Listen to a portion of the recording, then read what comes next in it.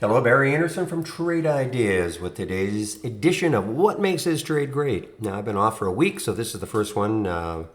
And look at ILAG, guys. So, of course, it's all about the races. Look how many races ILAG has won today, 4. But to me, it was way more important about the fact that when you look at this daily chart, take a look at the daily chart. Should have had one up and running, but look at the daily chart for ILAG. Look what it's been doing. The market's been, just horrible. Well, up and down, but mainly down.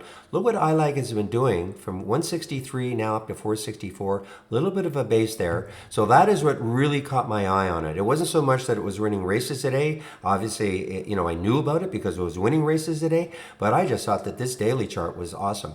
And take a look at this. I mean, it's still got room. 717 up to here. And who knows, maybe that fantasy level someday at 26. So that's what made this trade awesome. Okay, guys, want to get back into the room. So have a great evening, and we'll see you tomorrow. Bye-bye.